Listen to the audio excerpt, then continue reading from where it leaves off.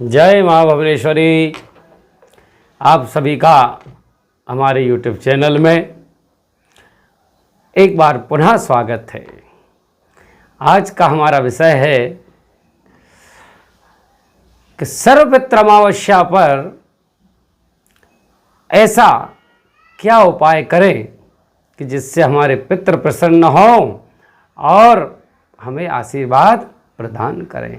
आज मैं आपको बताने जा रहा हूं सर्वपितृ अमावस्या पर किए जाने वाले 3 महा उपाय, जिनसे धन धान्य की वृद्धि और पितृ प्रसन्न होंगे, आपकी सभी मनोकामनाएं सिद्ध होंगी।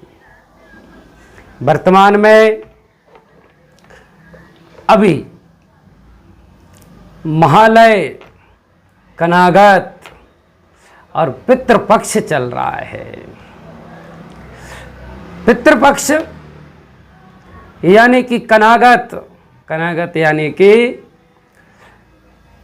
कन्या राशि में जब सूर्य का प्रवेश होता है तो पितृपक्ष प्रारंभ हो जाता है। ये पितृपक्ष इस बार 17 सितंबर से प्रारंभ हुआ और 2 अक्टूबर तक चलने वाला है। इन 16 दिनों के बीच में हमारे पितृ हमसे बड़ी आस रखते हैं और हमारे पृथ्वी लोक पर के आकर के हमसे जल की मांग करते हैं और जल के साथ साथ भोजन की मांग करते हैं। मनुष्य मात्र को अपने पितरों की कृपा प्राप्ति के लिए इन 16 दिनों में पितरों के प्रति तर्पण और तर्पण के साथ साथ में श्राद्ध कर्म करना चाहिए। और श्राद्ध कर्म और तर्पण से हमारे पितृ तृप्त हो जाते हैं और तृप्त होकर के हमें आशीर्वाद प्रदान करते हैं। आधुनिक युग को मानने वाले लोगों ने इस पितृपक्ष में पितरों को पूछना बंद कर दिया, पितरों को जल देना बंद कर दिया।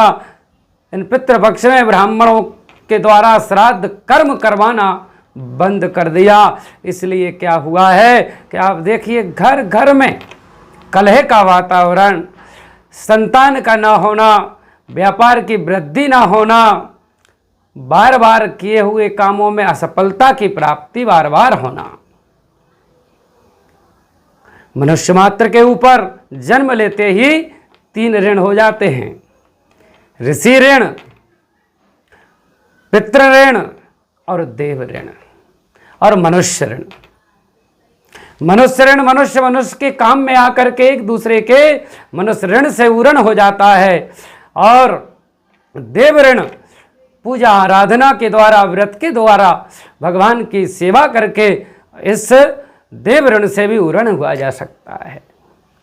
ऋषि ऋण गुरुओं की, संतों की और माता पिता की सेवा करने से हमें इस ऋण से भी मुक्ति मिल जाती है। लेकिन पितृ ऋण एक ऐसा है, क्योंकि पितरों के द्वारा ही तो हमको ये मनुष्य शरीर प्राप्त हुआ है। और अगर हम पितरों की प्रसन्नता के लिए इन 16 दिनों में तर्पण नहीं करते हैं या तर्पण के साथ साथ में श्राद्ध कर्म नहीं करते हैं तो हमारे पितृ रुष्ट हो जाते हैं। अब 16 दिन तक किसी के पास समय है, किसी के पास नहीं है। तो हमारे शास्त्र कहते हैं कि सर्वपितृ अमावस्या यानी कि ज्ञात अज्ञात पितरों के निमित्त व्यक्ति अगर तर्पण और श्राद्ध करता है तो उसको निश्चित रूप से ईश्वर की कृपा के साथ साथ पितरों का आशीर्वाद भी प्राप्त हो जाता है।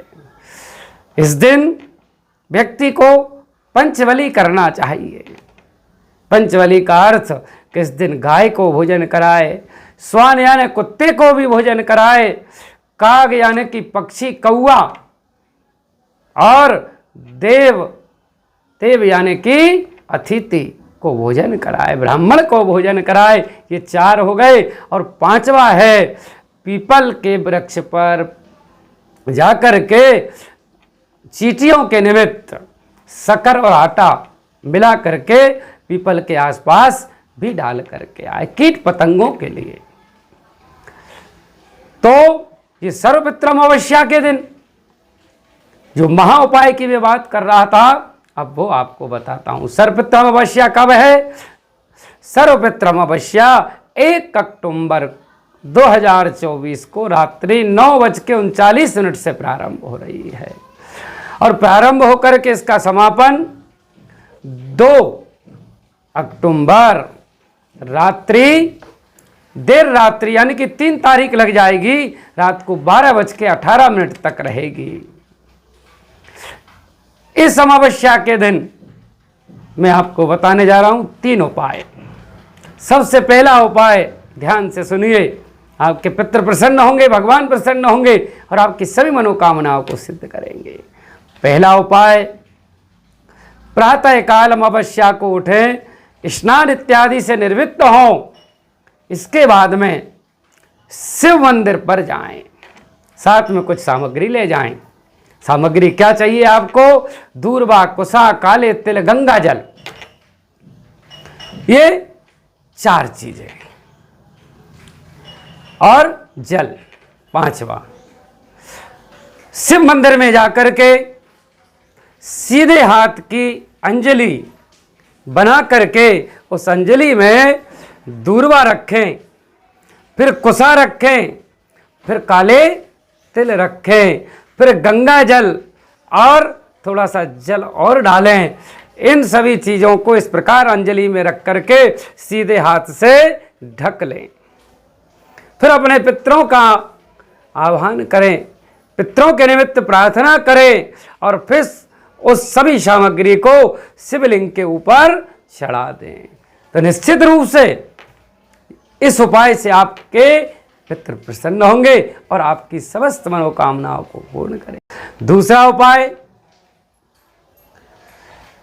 दूसरा उपाय पीपल पर सर्वपित्र अमावस्या के दिन 1 लोटा जल और उस 1 लोटा जल में थोड़े से काले तिल डालें, कुसा डालें, गंगा जल डालें और फिर लेकर के पीपल के वृक्ष पर जाएं और पीपल के वृक्ष पे जाकर के दक्षिण मुख होकर के सर्व पितृ देवाय नमः इस मंत्र का जाप करते हुए पीपल पे वो जल अर्पित कर दे। सुबह ये करें, शाम के समय उसी पीपल पे जाकर के एक सरसों के तेल का 4 मुक्का 4 बत्ती का दीपक बना करके लगाएं। फिर घर आवें और घर के दरवाजे पर एक घी का दीपक लगाएं। घी का दीपक लगाने के बाद में एक तरफ दीपक जलावें और दूसरी तरफ एक मिट्टी के बर्तन में पानी भर के रखें। हमारे बड़े बुजुर्ग कहा करते थे कि शाम के सुबह के समय, दोपहर के समय में किया हुआ पितृकर्म पितरों को अवश्य प्राप्त होता है, लेकिन भोजन दोपहर में कराएं, श्राद्ध दोपहर में करें, लेकिन पानी पीने के लिए पितृ रात्रि में हमारे दरवाजे पर आते हैं। तो अगर हम दरवाजे पर एक मिट्टी के बर्तन में पानी भर के रखेंगे तो निश्चित रूप से हमारे पितृ हम पर प्रसन्न होंगे और हमें आशीर्वाद प्रदान करेंगे। तीसरा नंबर का उपाय, थोड़े से चावल लें, अक्षत जो टूटे हुए ना हो, एक कटोरी में उन चावलों को भर लें, उनके ऊपर एक कपूर का टुकड़ा रखें और शाम के समय दरवाजे के पास उसको कटोरी को रख करके कपूर को जला दें। रात्रि भर कटोरी को वहीं रखी रहने दें।